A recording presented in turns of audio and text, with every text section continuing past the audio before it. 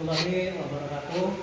Perkenalkan, nama saya Bimbingan, mahasiswa Perbankan Bogor, tahun akademik tahun 2021-2022. Sahabat petani dimanapun Anda berada, di sini kami akan menyampaikan tutorial mengenai proses pembuatan fermentasi tempe kedelai.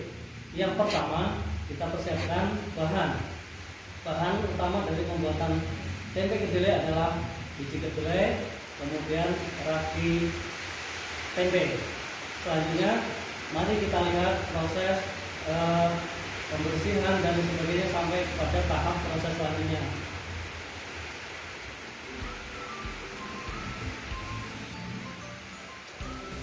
Untuk proses pemilihan biji kedelai, kita di sini memakai kedelai impor. Kenapa?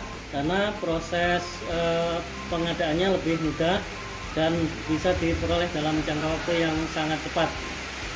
Karena kebutuhan daripada tempe ini di tingkat masyarakat sangat luar biasa, sehingga untuk pasokan kedelai lokal kurang memenuhi syarat ataupun standar waktunya. Artinya ketika kita pakai kedelai impor, maka akan sangat kita mudah dapatkan di pasaran. Proses selanjutnya adalah pembersihan.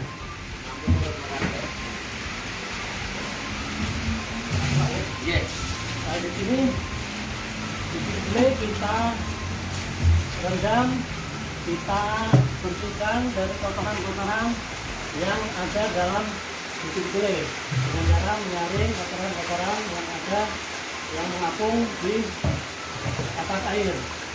Kotoran ini kita buang agar supaya hasil tempe nanti bisa berkualitas.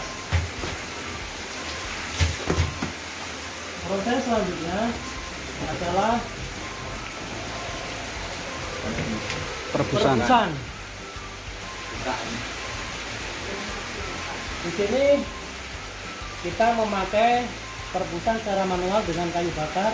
Tujuannya supaya cara ekonomis lebih murah dibandingkan dengan kita menggunakan gas LPG. Ini adalah proses perebusan biji kedelai setelah kita cuci dan kita rendam. Dalam perebusan ini membutuhkan waktu kurang lebih 30 menit sehingga dihasilkan kedelai yang sudah cukup matang. Dari proses perebusan kita lanjutkan kepada proses pemecahan biji.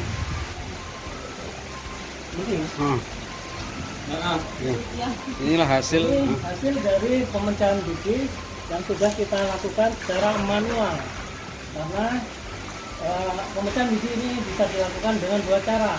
Yang pertama dengan menggunakan mesin, dan yang kedua dengan manual. Karena produksi kita pada hari ini hanya sebatas kurang lebih 50 kg, masih bisa dilakukan secara manual untuk proses pemecahnya. Hasil pemecahan ini selanjutnya kita bersihkan dan kemudian kita kukus. Proses pengukusan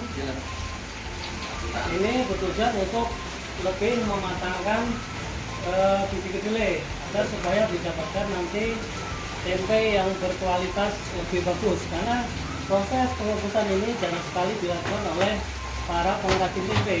Nah, di sini di rumah produksi punya Bapak Imam Rosid melaksanakan proses pengukusan agar supaya didapatkan hasil tempe yang lebih bagus, lebih nikmat rasanya. Itu menurut para konsumen. Petani dimanapun Anda berada, proses pembuatan tempe dari sebelumnya adalah pengukusan. Pada saat ini kita melakukan proses selanjutnya yaitu pendinginan. Proses pendinginan biji kedelai sehabis dikukus dibantu dengan kipas angin agar supaya biji kedelai ini bisa benar-benar dingin. Karena untuk proses peragian membutuhkan biji kedelai yang benar-benar harus dingin agar supaya dalam fermentasi nanti bisa berhasil dengan maksimal. Selanjutnya, setelah biji kedelai ini dingin, kita lanjutkan dengan proses peragian. Nah, di sini adalah proses peragian, di mana dalam satu wadah ini kita butuhkan ragi kurang lebih sebanyak 1 gelas. Proses peragian ini harus benar-benar rata, dan ini dilakukan oleh Bapak Imam Rosid sebagai pengusaha tempe kedelai. Selanjutnya setelah ditaburkan ragi ini, nanti proses selanjutnya adalah diaduk agar supaya ragi benar-benar rata ke dalam biji-biji kedelai, agar supaya nanti di dalam proses fermentasi bisa menghasilkan tempe yang berkualitas. Selanjutnya ini adalah proses pengadukan biji kedelai dari ragi yang sudah ditaburkan. Caranya demikian.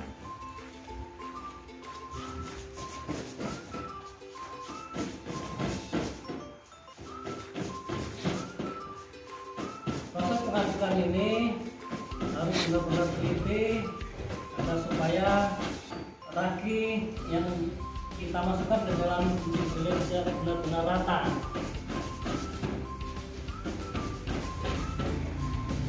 Sahabat tani, setelah proses campuran ragi tempe, selanjutnya adalah mewadahi biji kedelai yang sudah dikasih ragi dengan wadah plastik.